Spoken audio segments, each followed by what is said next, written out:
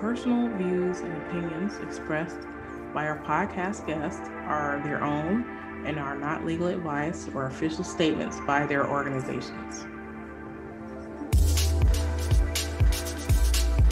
Hello, my name is Debbie Reynolds. They call me the Data Diva.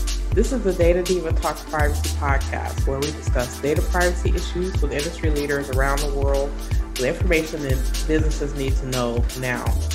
I have a special guest on my show, straight from London, England, the United Kingdom, Wayne Cleghorn. He is the Chief Executive Officer and Practice Director at PrivacySolved. Hello, Wayne. Hi, Debbie. It's a real pleasure to be with you. Really good. So I'm happy to have you on the show. You're one of these clandestine people that don't put your photo up. So it's the first time I actually seen you on this podcast. You're super smart. I love your profile because of all the different locations that you work in. So you have experience in almost any country in the world related to privacy, as do I. So that's probably one thing that attracted me to your profile. You went to Northwestern University, the Pritzker School of Law in Chicago, and I'm a Chicagoan. I went to Loyola down the street. Absolutely, neighbors. Absolutely. Yes. Great town. I love Chicago. You know I do. Really do. Chicago's amazing. And so I was attracted by your profile, even without your photo, because I like people who understand kind of international data flows. You definitely do. You're a very cosmopolitan gent, I can tell, just by us chatting before the podcast. So tell me a little bit about yourself and kind of your journey into PrivacySolved. Yes, so I really started as a lawyer, right? So I was at law school, and I remember in my third year, I took a course in medical law. And it was a very intense course because it was about ethics and it was about consent and it was about all the big issues where medicine and the law intersect. And I remember in my final exam, they asked about the new UK Data Protection Act, which came out of the 1995 directive.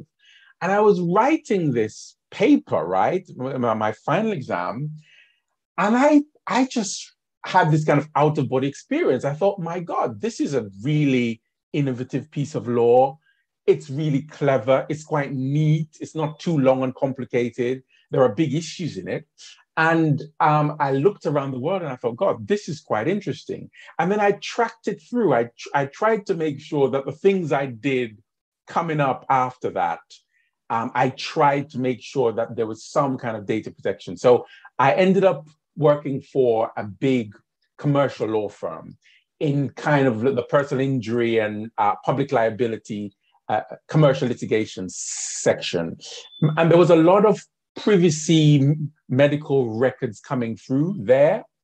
And then I picked this up in my LLM at Northwestern. I wrote a big paper. Actually, my thesis, I suppose, if you could call it, was about consent to non-invasive surgery in the UK and the US, and the ethical rules around that, and the legal rules around that, and best practice, and all of that.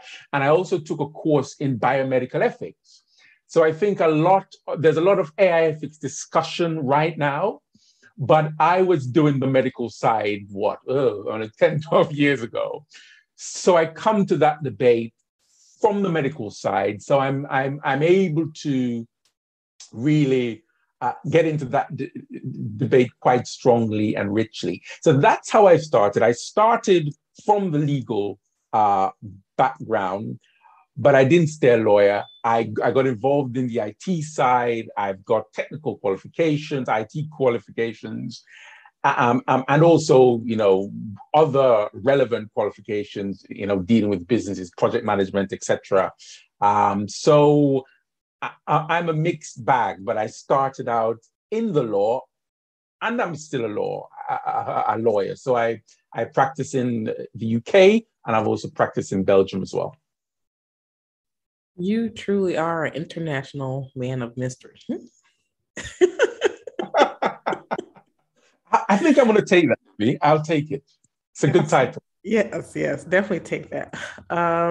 Yeah, so this is really interesting. I actually did a lecture for the University of Massachusetts. I'm sorry, University of Maryland, about biotech ethics and privacy. So it's really interesting. So I like to talk to people who understand that type of privacy because, almost anywhere in the world, you have to protect medical data in a certain way. So that gives people an idea of sort of how we're working toward more consumer privacy and other things that aren't necessarily medical, right?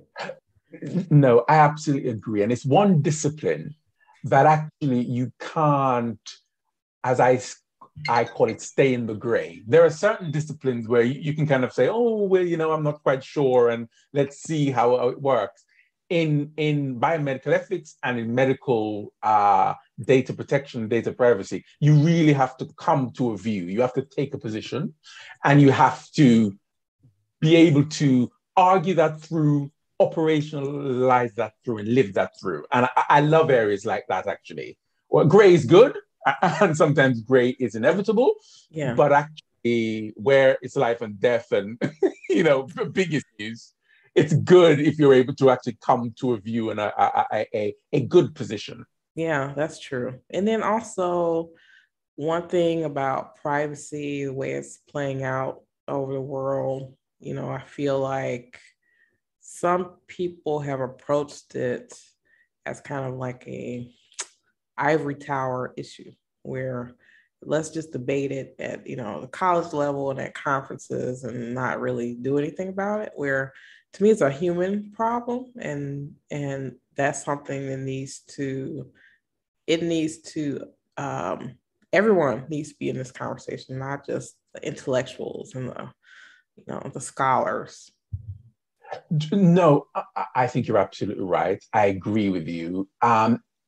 Whenever I see a discussion about privacy and it doesn't, or data protection, and it doesn't center on the human and it doesn't center on the individual, I get a little bit suspicious as to kind of what the starting point is, where the power is actually. If you're not talking about the person, so who has the power? Where's the power being exercised? And I suppose the story about that is that I set up PrivacySolved for that reason, because I thought actually what we need are solutions.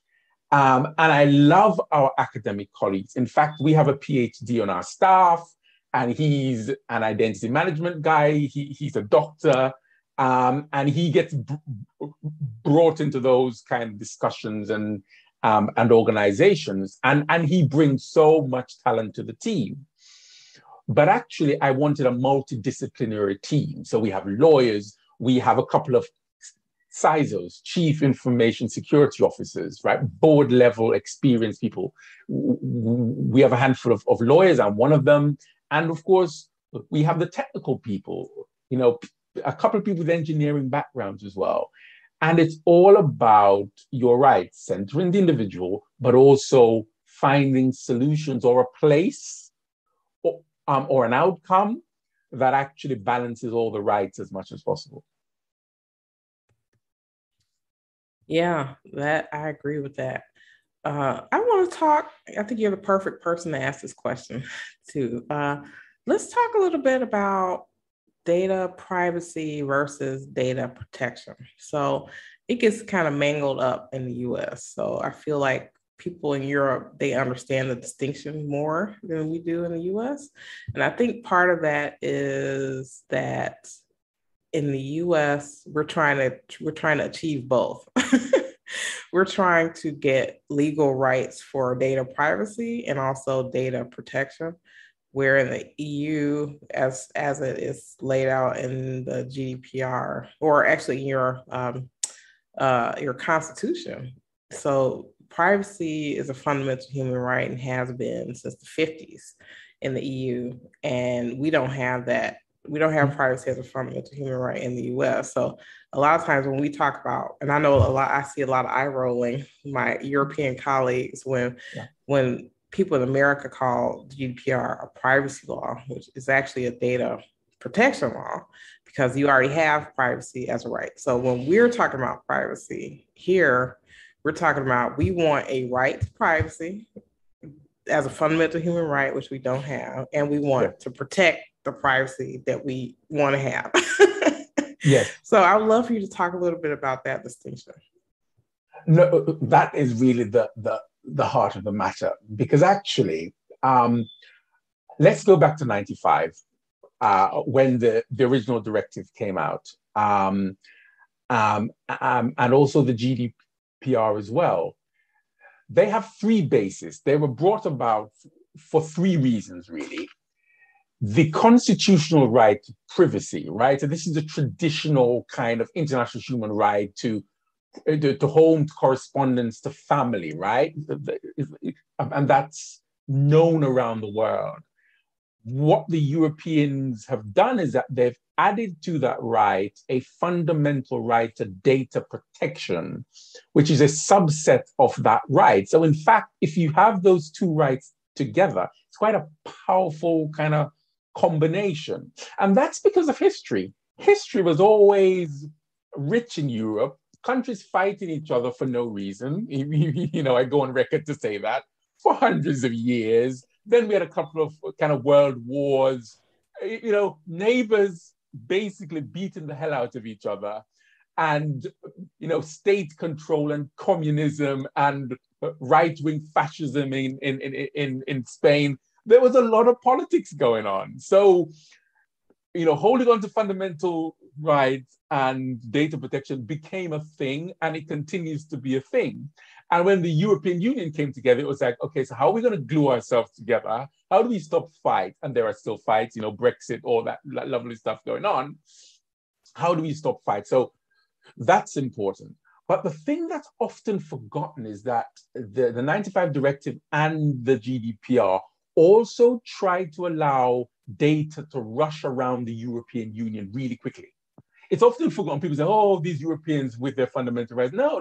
It's actually quite a commercial, tactical thing of allowing data to flow from Budapest to Paris to Dublin to the Naples to Vienna, and all the way down to the islands of the Mediterranean, of Spain. So it's trying to put those two things together. So let me summarize. Data protection is a set of European, origin laws that are quite technical, and actually they're about protecting data from creation to kind of where it ends, right? The life cycle. Privacy, the fundamental constitutional kind of right, is fused into that. It's kind of baked in, but they are separate. And if you talk about privacy, you should always, indicate, what are you talking about? Are you talking about the fundamental right? Or are you really using privacy as a byword for the technical kind of data protection? I know that the US uses the word privacy quite broadly. So whenever I'm talking to a US audience, I'm always quite open-minded as to what they mean. But I think as the world begins to bring out laws, those two terms will come together, and we will see regions kind of developing as it goes. So really, I'll pause there, but that's my little storytelling as to the different definitions. That's great. I love that you said that. So for the record, Wayne just set us all straight here, so everyone is clear the difference between privacy and protection. So I'm glad you mentioned the 1995 directive. So when GDPR, so I separate privacy people, or people who are in our field, into two categories. So people who understood this area before GDPR came out, and then after. So you're part of that first group, and I love to talk to people about this. So when the GDPR came out, the thing that the GDPR did that was important, it did a lot of important things, but the reason why we're even talking right now is because of the GDPR. So the GDPR made privacy a C-suite issue because of the fines. Okay, so you and I know that the data directive isn't majorly different than the GDPR. It really isn't. So they tightened up some things and they added some things, obviously, but it was so funny to hear people kind of complain about the GDPR and certain things in it. And I'm like, well, what were you doing from 1995 up till now, till 2016? Because this is like in the previous data directive. What are your thoughts about that? No, I cannot say better, Debbie. The truth is, here is what I did. I remember when the GDPR was coming out, there were a lot of drafts, right? There were a lot of leaks. But what I did is that at the start of 2016, when the law was finalized, I took some time away because I used to lead a board actually who were looking at this. And I took some time away and I read the directive from start to cover. And my conclusion was exactly like yours. It was like, people are not doing half of this stuff. They're not doing automatic decision making, all the stuff about making sure that international transfers are well kind of managed and you do more than just put a contract in place, because that's what that got turned into. So my conclusion in early 2016 was, and I'll put myself in that, we're not even complying with the 95 directive. So when the regulation came in, and the regulation has to be the same across Europe, that's the difference. Each country had a little bit of scope as to how they interpreted and how they applied the directive. But when that wasn't really working, that's why we needed a regulation to make it a bit more detailed. You're absolutely right. A lot of organizations got caught short. And they said, oh God, what's this big oppressive thing that has come upon us? And I absolutely agree with you. It wasn't a big and oppressive thing. If you had high standards and you were trying to be as compliant as possible to the directive, GDPR would be an extension, a little bit of spending, a little bit of investment, a little bit more training, but it wouldn't have been the seismic kind of push and pull, and boards wouldn't have been so shocked and, oh my God, what's happening to us? So interesting you have that view. I share it. Yeah, one thing, so I do a lot of research. So I remember when the directive came out in 1995, and sort of the things that preceded that as well. I was, very well versed in. And so when people talk about data privacy and data protection in the US, and, we have all these people trying to create these, Hail Mary laws where it's like, okay, we haven't really done anything on this significant in 20 years. So let's like try to create this huge, massive thing, out of the blue. And it just doesn't happen that way. It takes many, many years. It takes a lot of building blocks to do it. And so in the US, I feel like we are where Europe was before 1995. So we don't have a comprehensive data protection or data privacy law in the US. So before 1995, Europe was like us. So all the member states had their own thing that they were doing. And so I was happy to see that someone decided, let's get together and try to find things that we can harmonize on and then we can agree on. And then over the years, build upon that. So in the US, we don't really have, an EDPB or a working group, 29, whose job it is to look at privacy or look at data protection in that way and come up with these proposals. So for us, it's mostly like, okay, let's find a politician, let's have them, draft a bill, let's put their name on it. And then, especially in an election year in the US, like nothing gets done. So privacy doesn't show up on anyone's top 10 list, in an election. So it's like, okay, let's see if we can make a little bit of progress in a non-election year. So what we have now in the US are the states run them up doing their own thing. And so it's like we have, instead of United States, we have like 50 different countries, the shared currency. So what are your thoughts about that? Let me take this question from what I call a geopolitical level. The US has been very successful in exporting technology around the world, actually. Big companies, a lot of data. And I genuinely think at a federal level that the US, pardon me, should have some sort of federal data protection law. I think that's overdue. And the reason why it's important geopolitically, I think the conversations the US have with the EU about safe harbor and data transfer would be better if it was saying something to the world federally. It doesn't have to be exhaustive. It doesn't have to be complicated. Look at all the other countries that have gained kind of EU adequacy. You can see the differences, different approaches, the different.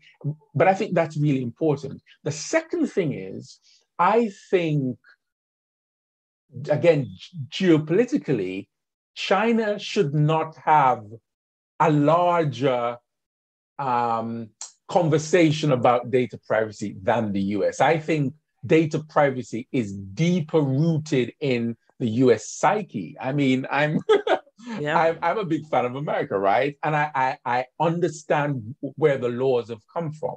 And in conclusion, I think the Commerce Clause covers this. Get together on the Commerce Clause, all the states, and put a framework of privacy. And then that would be the federal law. And of course, the states can then continue to do their own work, but at least there's almost like a minimum, a directive standard on the federal level that speaks to the world. That's the how can I put this, international kind of outward-looking standard, and then the states can come in. By the way, and let me say this, the states have been very good at data breach. And you know this, Debbie, around the world, the US understands data breach and has the most mature system going. But that doesn't work for an omnibus privacy law that needs to be federal. Yeah, I agree with that. I think that, the sticking point in the US and the reason why we haven't made a lot of progress on federal privacy is two things. Well, it's probably more than two, but two that I want to talk about. Two things that are stopping our progress. One is this whole idea of preemption. So if we have a federal law, how will this preempt the state level law? So those states have their own sovereignty, within the Constitution. So that's kind of an issue. And then private right of action. So corporations don't want to see these laws where they don't want to see a GDPR in the US where you have these huge fines if you don't do X, Y, and Z. So those two things people are trying to solve. These are like the hardest parts of that, and they don't want to do that. So in my view, it's like, let's create a standard. Let's create a harmonization in the language and how we, something as simple as let's come together and define what personal data is nationally in the same way, as opposed to different states. And let's leave out the private right of action and leave out the preemption, because in a way that's what Europe has, right? So even though you all have a GDPR, every member state also has additional laws that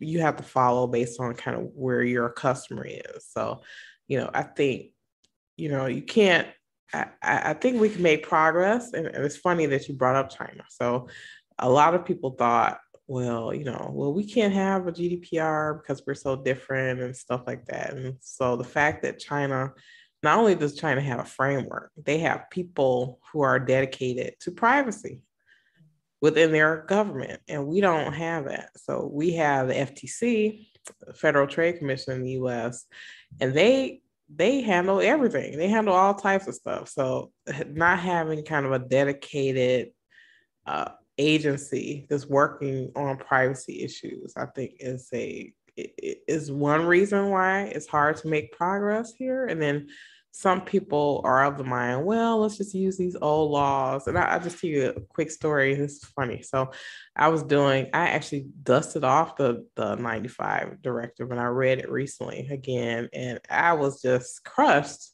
that the laws that they were mentioning in the data directive in the US had not changed. These are the same laws that exists right now, and there has not been any progress literally since 1995. So I was like, oh my God, I can't believe this. So what are your thoughts? Well, I'm in agreement with you. And thank you actually for explaining so eloquently the preemption and all of that. That's very well put. I heard a chief privacy officer of one of the US big tech actually making an admission, and I agree with her. And she said she fears that the US is losing the ability to really join in the global privacy debate, data protection debate that's happening worldwide. And I think at the end of the day, we can kind of disagree about where we start from or where we go to. But I think the US, North America, should be very much involved in the global debate because it's moving very fast. Technology is moving rapidly fast. And I think having, as you say, some sort of regulator, some sort of agreed cross-country standards, definitions would definitely help. And I think actually be a bit more efficient. Because if you're trading in 3 states and you have 3 different kind of data breach, personal identifiable information definitions, that's extra cost, right? Because you're having to get the lawyers to kind of say, oh God, do we tell? Do we not tell? What do we do? So I think efficiencies are definitely to be had from coming together practically, but also on an international level, having a bigger voice, having a bigger say as to what privacy means. Final quick point about where privacy starts from.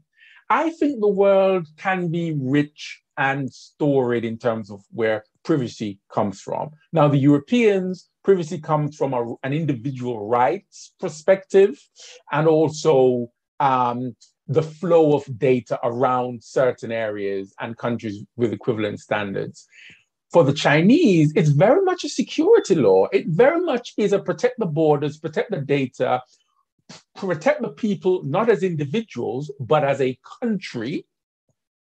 And in other places, it's more about, it's more about commercial empowerment. It's about allowing businesses to understand very clearly how to grade and risk the data they have. There are a few kind of individual rights in those regimes, but it's really about allowing the holders of data to understand and risk the data they hold. So we can start from different places, but we have a commonality in terms of having a global conversation about these big issues. Right, I agree. And then China, that law is a consumer law, right? It's not a human. It's not a human law like the GDPR in the EU. So the US, that's what we have. We have consumer law. So there are parallels. So yeah, that is the question. It's like, okay, if China can create this framework or what we need is a strategy, not tactics. That's what we have tactics now. We need someone to talk through at a high level the strategy. What is our plan going forward? Just I cringe when I see someone like quoting a law that's like 70 years old. That's disturbing to me, knowing that computers didn't exist back then, and data is very different. And so, I'm dismayed when I hear people say, "Well, we'll just use let's dust off the 70-year-old law and let's apply it to this new thing that doesn't apply at all." So yeah, I want to see some progress definitely on that front. Well, I'm hopeful. I suppose I'm an eternal optimist. I think there will be drivers, and it's really interesting. I was quite surprised at how Apple's technical changes to their operating system literally changed the ecosystems where the competitors started saying, oh my God, people are now involved, people are now making decisions. And actually, it surprised me the number of people who opted for the privacy preserving technology when it was given to them. So I think a change like that, as well as political changes, as well as maybe a few more data breaches or cyber hacks, I think it's a collection of things will stir the debate and allow legislators and pressure groups as well to actually start to create. Yeah, I agree with what Apple did. So I think what Apple did that people really didn't understand, and I did a video about this last year. So I was like, hey, this app transparency thing is going to be huge. So you all need to pay attention, and people weren't really listening. Now we see all these reports about these companies saying, oh, we lost so-and-so $1 billion because of app transparency and stuff like that. So, a good and bad thing. So it's good that Apple did this, right? App transparency. And so the thing that is illustrated is that, a company like Apple that has their iOS operating system, when they make a change like that, it can be global, right? And so we don't have any privacy laws that are global in that way. And so they can push a button and make a change that impacts everyone who has their product around the world. So companies that that have operating systems that run these smartphone systems have like extraordinary global power, and it's great that Apple's able to use their powers for good. And unfortunately, not all companies will do that. But I think it's important, and I think especially you and my other friends in the EU really applauded that effort, and even people in the US really liked it. And what they did was, I think people are generally lazy, right? So what Apple did was make it so that app transparency is the default, and if someone wanted to opt in, they just have to take action. Well, we know people are lazy, right? So very few people took that action, and so it did a lot. So it proved the point that people kind of anecdotally said, okay, well, we don't think that people really care about privacy because they're not up in arms about it. So now we see, okay, when people had a choice, they chose that most people wanted their privacy, and they didn't want to share their data, or they wanted to get some consent from an individual about the data. And then the fact that Apple or Google too, I throw them in that bunch. Mm-hmm. Any company that sort of manages the operating system of products that we use has like extraordinary power and influence over, how we attack these kind of data issues. Totally right. Time will tell exactly, how this iOS change, really affects the ecosystem, and is it as privacy preserving as Apple itself hopes or others? We will see. I think we're still kind of in that phase, but I think you're absolutely right. There was a big PR thing that says, oh, well, no one cares about privacy. And that debate that irritates me, and I use that word deliberately. Oh, well, if we're ever talking about security, beware, there has to be a trade-off in privacy. And I've instructed all my team to really get into that debate with every board and every project we do to say, can we have a conversation, or a single conversation about privacy, data protection, and security at the same time? In fact, I think this is the blood that runs through my organization. because it's important, I think, to have a nuanced argument, a detailed discussion as to how data privacy and security can work together, and actually how they benefit each other and can be in competition sometimes, and all of that. But back to the point about the power of technology, there's a competition issue there. And a few years ago, there was a push to bring together competition policy with kind of data protection, data privacy policy. And I haven't really seen a lot of move about that. There is a move in the UK. The UK has brought together its competition regulator and has started to look into the likes of Facebook, or Meta, as they're now called, but I'll still call them Facebook for the foreseeable future until obviously we get used to the new name. So there are small changes in terms of competition policy and privacy regulation, but I think they're intimately linked, actually. But it takes the will again of governments and for the players to participate in work about to what extent does a monopoly squeeze privacy, and how does privacy has an impact on a monopoly or large players who take up over 50% of a given market. Very rich debate, but not a lot of movement practically on the ground yet, really. Yeah, I remember a couple of years ago when I can't remember which company this was. Maybe it was Facebook. I don't know. So I think it was Facebook. Some company was trying to acquire someone else. So maybe it was Facebook and WhatsApp when they were trying to do that. So, they have to get approval by the EU, and, the competition authorities were asking all these questions about privacy. It probably was Facebook and WhatsApp. There's another example as well. I'll jump in. There was also Google and Fitbit. Yes, Google and Fitbit. The health exercise wellness app. Yes. And so the competition folks that I know in the US went bananas about that, because for them, they thought that was a separate issue. So they don't think about privacy as something that gets talked about in competition or antitrust.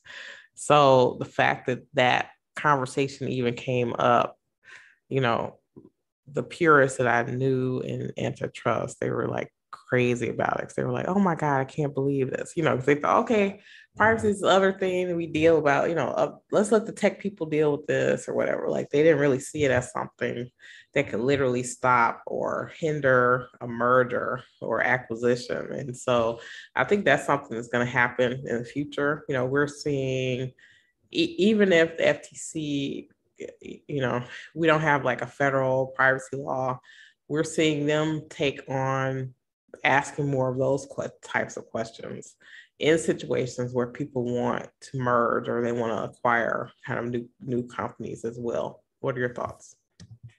Well, I think it's definitely right for a discussion, and I'm hoping that the antitrust competition specialists start looking across, because we know that mergers and acquisitions happen for a number of reasons.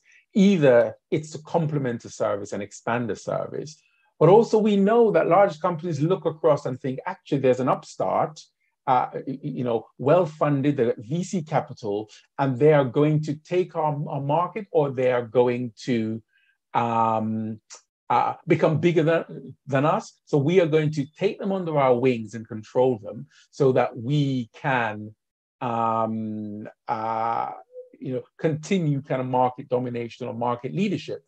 So that's important, because if you have, and here's a really interesting thing that I've been thinking about recently. I'm hoping, this is one of my hopes and dreams that I think about before I fall asleep at night. I'm hoping that privacy tech, technologies that center privacy will come into the market and people will have a real choice, right? Whether it's social media, whether it's devices, wearables, all of that, IoT, that actually there'll be a stream of privacy preserving technology which actually give people a real choice. the competition authorities need to look at that just to make sure that the old players who have a way of doing things don't acquire all of these small players up and turn them into business as usual. Absolutely important. Yeah, I'll let you come in. Sorry. Oh wow, I hadn't thought about that. Yeah, that's like the right. But you can make a movie about that. The evil Absolutely. overlords have like subsumed all the teeny players. Okay, no one cares about privacy because we bought up all the privacy companies. Absolutely. Yeah, yeah. Absolutely. But there's also, there's also another piece. Let me throw this in as well. There's a big debate about large companies, and I name no names, who sponsor a lot of academic research. Yeah. And if you have a marketplace where academic research is quite sponsored and actually the larger players are funding research into new technologies or old technologies, the question is the technologies that come out of that actually, what does that look like in terms of privacy? What is that marketplace? And I know that regulators can't get into the academic space, but they will catch it downstream because all of those research will come out into startups and will come out into the new ecosystem. And I think competition authorities need to have a look at that to say, well, actually, if this has been funded from incumbents, how do we make sure that, in a sense, the whole value chain, it's funded, and then the startup starts, and then, they're basically the same as the others, and look at the acquisitions and look at the who works with who and who shares markets and all of that. I think it's a rich scene, but I think in conclusion, it takes a lot of money and it takes a lot of lawyers and it takes a lot of willpower and political will to really get into that. And of course, in the defense of big companies, and let me put out a defense of the big tech players around the world, or wherever you are, in every country, I think the meeting place is innovation. At the end of the day, we're trying to make sure in our different ways that innovation lives, choice lives, individuals can actually pick and choose and port their data, and actually we can live full lives. So I think we can all agree on, all of this is trying to make the market better, protect consumers, and actually give us better, tech, better products, services, tools, etc. So, I hope that is a balanced view. Yeah, very good, very good. I like that. What would be your wish? So if it were the world according to Wayne, and we did everything you said, what would be your wish for privacy, data protection anywhere in the world, whether it's law, technology? I would love the public debate on privacy. And I mean public debate. I mean everybody, right? Newspapers and the media and kids and adults. I want the debate to be richer. I want privacy and information and cybersecurity to be something that people talk about with knowledge and make choices. And I think consumers becoming more empowered and companies tilting towards their consumers and really listening and really innovating and really giving us great kind of products and kind of services.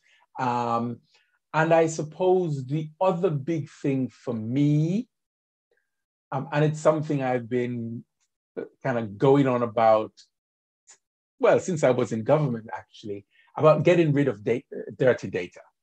And I use that word deliberately. And what I mean by dirty data is, data that is not good quality, data that has running discrimination, really systemic biases. Because I think Here's the thing. A few years ago, we were told, oh, don't worry about stuff. We're all getting better as a society, right? We're all improving around the world. We're getting more aware. We're getting fairer. But the truth about it is that AI systems are looking back, as you say, 70 years, 100 years, 50 years, and a lot of that data is dirty data. So my message to boards is, let's get really militant about getting rid of bad data. So we shouldn't collect it and hoard it. And we also should go through data to make sure that it is good quality data. Because with better data, we make better decisions and we don't entrench the mistakes of the past. We don't learn those as lessons for the future. So I think those are the two kind of, apple pie, views that I'd put across, really. Yeah. I love that you said that. I was having a debate with one of my friends, dear friend from New Zealand, Rohan Light. He's an ethicist, and he always puts up really interesting articles, and so always thought-provoking. And so I was too tired to respond back, but I posted just a question to him, which is, about AI. Okay, so how can an algorithm be artificially intelligent if it is only telling you, is predicting the future based on what happened in the past? It's a good question. Mm-hmm. Wow, I think we've hit on philosophy now. This is a good debate. No, hey, I can't even begin to answer that question. And I see you laughing because it's such a fundamental question. And of course, there are different types of artificial intelligence. There's machine learning kind, and there's the predictive kind, all of that. But I think and let's settle on that a minute, actually. And let's go back to where we started about medical data. Medical law and advancement has actually developed so quickly, especially around COVID. What we understand now about pandemics. Yeah, if we get a data set that's 10 years old, 20 years old, that uses flu and other different SARS and different types of pandemic, does that actually make us fit for the future? Or are we just reminiscing about the past, right? Right. And old data and old notions? I love that point. I think I'll sit in silence right now for a minute. I think that is so well put. No, let me say that again. How can we look backwards as a way of determining two things: what the current state of play is or should be, and secondly, what the future looks like? I think you've dropped the mic there. I love it. It's a good point. That's a very good point. And Rohan Light, if you're listening, drop the mic. Very good. Oh my goodness. Very good. I think I'll feast on that. Brilliant. Yes. We may have to have a session where we talk just about that question. Absolutely. Bring a few friends, sit around. It's deep. Now you've got me very excited. It is an absolutely brilliant. It's brilliant. I can't get over it. Very good. Well, thank you. Thank you. Well, this has been such a thrill to talk with you today. You're amazing. I love what you're doing with your company, and your voice is really very much needed. So I am happy to share the mic with you today. I'm happy to have other conversations. This is so much fun. So this is great. No, thank you. It's a real pleasure. Thank you for, blowing up the privacy podcast space. Really very good. Your online work is very good. Your video work is very good. We need you. Keep at it. And thank you, really. It's great to talk to you. Absolutely. Oh, well, we'll talk soon for sure. Definitely.